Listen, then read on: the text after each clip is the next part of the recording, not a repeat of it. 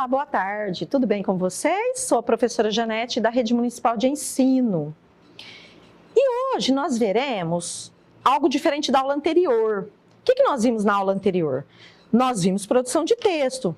E aí, vocês ficaram de fazer a leitura do texto Sociedade e Tragédia. Deu certo? Vocês leram, fizeram as atividades, tiraram as dúvidas com o professor monitor de vocês? Espero que sim.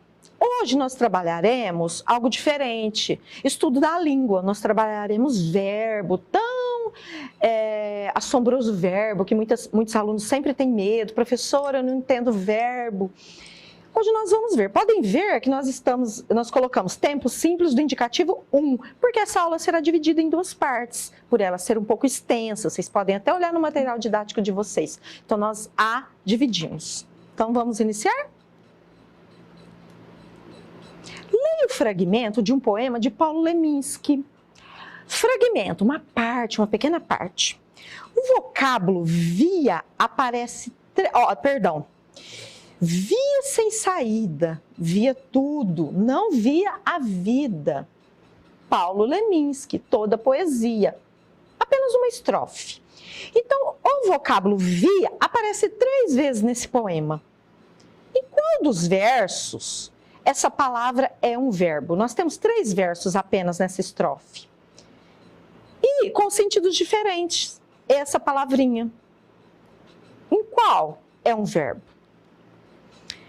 Características dos verbos.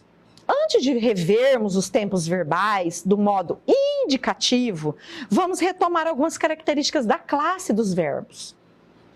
O nome verbo vem do latim verbum e significa palavra. Passou a nomear uma classe de palavras porque os romanos, assim como os gregos, consideravam o verbo um termo essencial da oração. Lembra que nós temos 10 classes gramaticais na nossa língua e o verbo é uma delas. Você já estudou. Quanto ao significado, que é o critério semântico, os verbos podem indicar. Então, o que um verbo pode indicar? A ação praticada pelo agente. Quem é o agente? Que pratica, obviamente, a ação. Exemplos. Desci pelas escadas ao 7º andar. Então, eu pratiquei a ação de descer. Nesse exemplo, o sujeito eu realiza a ação de descer. Processo que afeta um sujeito, ele também pode indicar esse processo que afeta o sujeito. Olha os exemplos. O elevador descera diretamente ao pavimento térreo. O elevador não é o agente da ação, do caso de descer. Ele é um sujeito que é submetido a um processo não provocado por ele. Ok? Ele também pode indicar um estado, um atributo, uma condição do sujeito naquele momento. Um exemplo. Aurélio, Dibinho e eu éramos sócios em atividades escusas. Olha esse éramos, que é o verbo ser. Ele está indicando um estado do momento de Aurélio, Dibinho e eu. Pode indicar também um fenômeno natural ou fenômenos da natureza. Chover, trovejar, anoitecer, relampejar. Olha o exemplo. Chovia torrencialmente naquele dia. Olha, indicando um fenômeno da natureza. Quanto à sua forma, que é o critério morfológico, os verbos flexionam-se, ou seja, eles modificam-se para exprimir categorias de voz, de tempo, de aspecto, de modo, de pessoa, de número. Olha as formas do verbo. O verbo é a única classe de palavra que possui desinências. Nós já vimos isso quando aprendemos os tempos, as formas nominais, os modos. Olha só, desinências para indicar o tempo, que compreende 3 noções cronológicas: o nosso presente, atual, o nosso passado que já aconteceu e o nosso futuro que ainda virá. O que é uma desinência? Uma palavrinha chata para algo tão simples. São as formas que se juntam ao radical. Lembram? Radical? Que a professora Janete colocava na palavra, na lousa, perdão. Colocava a palavrinha, o verbinho, mostrava a raizinha dele e o que sobrava era a desinência. Olha lá. Parte que encerra o significado de uma palavra para indicar suas flexões, suas mudanças. As desinências que se juntam ao nome, indicando as flexões de gênero, feminino, masculino, ou de número. Lembra lá? Plural ou singular? São chamadas de desinências nominais. As que se unem ao verbo são desinências verbais e constituem as flexões de modo, tempo, pessoa e número. É simples. A explicação pode ser mais complexa, mas na prática ele é bem simples. O aspecto verbal, ele indica os graus de desenvolvimento da ação, do processo ou do estado, concebidas em seu início, sua duração, conclusão e repetição. Por exemplo, naquela noite, a coisa começou a azedar no bar do Michel. Olha aí, olha a nossa oração. Lembram que oração necessita de um verbo para assim ser considerada? É uma ação que se inicia. Começou a azedar. Olha o verbo começar. Naquela noite, olha a segunda oração. A coisa azedava no bar do Michel. É uma ação que dura, que perdura.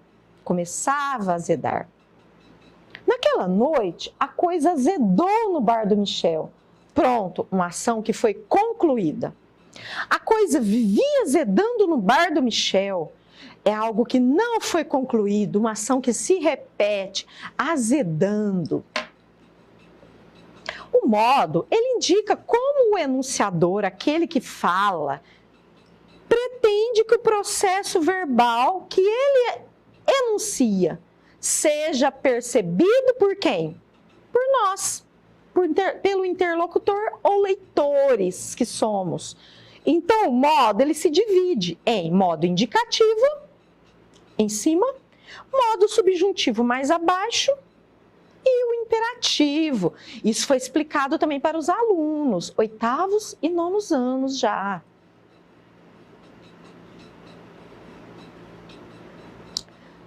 Quando que nós temos um modo indicativo? Quando a gente pode falar esse modo verbal está no indicativo. Quando percebemos que expressa uma posição de certeza do falante em relação ao processo verbal comunicado. A ação expressa como um fato, algo concreto, nada duvidoso, algo certo. Exemplo. Alguns inquilinos aguardavam a descida do elevador. Aqui não denotamos nenhuma dúvida. E o subjuntivo? O modo subjuntivo, ele já é o oposto ao indicativo. Se o modo indicativo ele indica uma certeza, e o subjuntivo? Totalmente duvidoso. Indica uma posição de incerteza do falante em relação ao processo verbal comunicado. Expressa uma dúvida. A ação é expressa como uma possibilidade. Olha o exemplo. O ascensorista pediu que alguns inquilinos aguardassem a descida do elevador. É certeza? É algo certo? Não, é possível, é duvidoso. Por isso que falamos que esse modo é o modo subjuntivo. E o modo imperativo?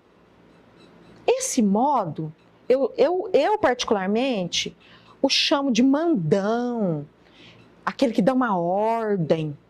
Olha só, indica que o processo verbal deve ser entendido como sugestão, pedido ou ordem para o interlocutor. Então, vamos lá. Olha o exemplo. Aguardem a descida do elevador. Pode ser sentido como uma sugestão, ou mais também como uma ordem. Aguardem, mandando aguardar. E as formas nominais? São 3. Infinitivo impessoal e pessoal. Lembram quando a dona Janete falava dos verbos terminados em R? Primeira conjugação, segunda conjugação, terceira conjugação? Lembra do gerúndio? Quando o verbo terminava em NDO? E o particípio? Geralmente terminação do. Com exceção, olha só, prestem atenção nessa observação. Com exceção do infinitivo pessoal, elas não identificam as pessoas do discurso. A categoria de pessoa do discurso, primeira pessoa, segunda pessoa e terceira pessoa, eu, tu, ele ou ela, né? Caracteriza, além da classe dos verbos, a classe dos pronomes pessoais, eu, tu, ele ou ela. E também os demonstrativos, este, esse, aquele, etc. E também dos pronomes possessivos, meu, teu, seu, nosso, vossa, vosso, etc. A categoria de número, que vai indicar se é plural ou singular, refere-se ao singular plural dos verbos dos pronomes pessoais. Eu, nós, tu, vós, ele, eles, ela, elas. Aos substantivos e adjetivos. Essa categoria independe da função sintática do substantivo. As categorias de pessoa e número são indicadas por desinências, aquela palavrinha, fica lá no finalzinho dos verbos. Por exemplo, aguardo. Qual que é a minha raiz aí, o meu radical do verbo? Aguarde, até o D. Esse O é a minha desinência e ele vai indicar primeira pessoa do singular. Quem aguardo? Eu, primeira pessoa do singular. Aguardamos.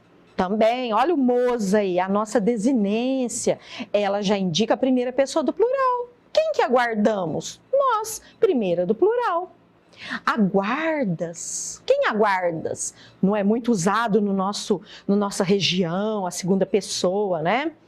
A desinência S indica a segunda pessoa do singular. Tu aguardas. Os verbos dividem-se por 3 conjugações, caracterizadas pela terminação do infinitivo em. Ar. Lembra lá que a gente brincava? Primeira conjugação. Porque são os verbos no infinitivo, os verbos no infinitivo são aqueles que a gente encontra no dicionário. Eu jamais vou encontrar comi, comerei, dancei. Eu vou encontrar o verbo comer. Eu falo que ele está cru, no forno. Não foi conjugado ainda. Verbos de segunda conjugação. Ir, verbos de terceira conjugação. E aqui não foi colocado para vocês, mas eu vou comentar. Os verbos de... Não é falado quarta conjugação, mas são os verbos que terminam em or, que são os por e seus compostos. Por, compor, entrepor. E eles são considerados de segunda conjugação também. Ok? Vocês podem dar uma pesquisada, por que não de quarta e de segunda? Já foi falado para vocês também. O que é conjugar? Conjugar um verbo é flexioná-lo de acordo com um modelo, também chamado de paradigma verbal, nas várias pessoas, números, tempos, modos e vozes. Os verbos regulares, não são os irregulares, regulares, isto é, aqueles cujo radical não se altera ao serem conjugados, seguem o modelo destes 3 paradigmas. Então, o primeiro verbo aí da primeira conjugação é o cantar, porque ele é terminado em ar.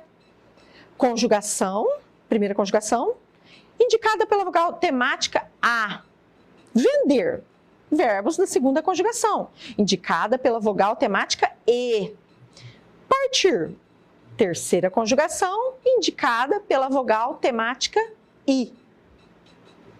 Quanto à função na oração, que é o critério sintático da relação do verbo com as demais palavras, por isso que nós dissemos sintaxe, o verbo é um termo essencial, dado que não há oração sem verbo. Verbos que indicam fenômenos naturais podem sozinhos constituir oração. Por exemplo, olha só, quando eu digo anoiteceu, eu já passei um enunciado que todos compreendem. Anoiteceu. Ou vai chover. No caso aí eu tenho 2 verbos. O vai, que é o verbo ir, e o propriamente chover. Certo? Ficamos por aqui. Deem mais uma lida no material didático de vocês, assistam essa aula quantas vezes necessário for, façam as atividades propostas, enviem, tirem as dúvidas, enviem para o professor tutor de vocês e na próxima aula nós prosseguiremos com a mesma aula, porém na segunda parte, ok? Muito obrigada, fiquem com Deus e se cuidem.